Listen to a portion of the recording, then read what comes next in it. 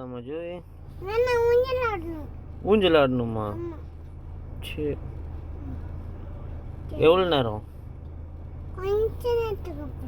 கொஞ்ச நேரத்துக்கு அப்புறமா?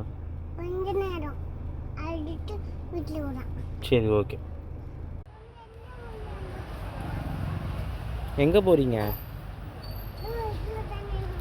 சரி, இரு வரேன்.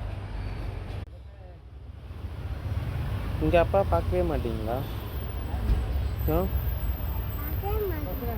நீ பாட்டு பாடுனீங்களா?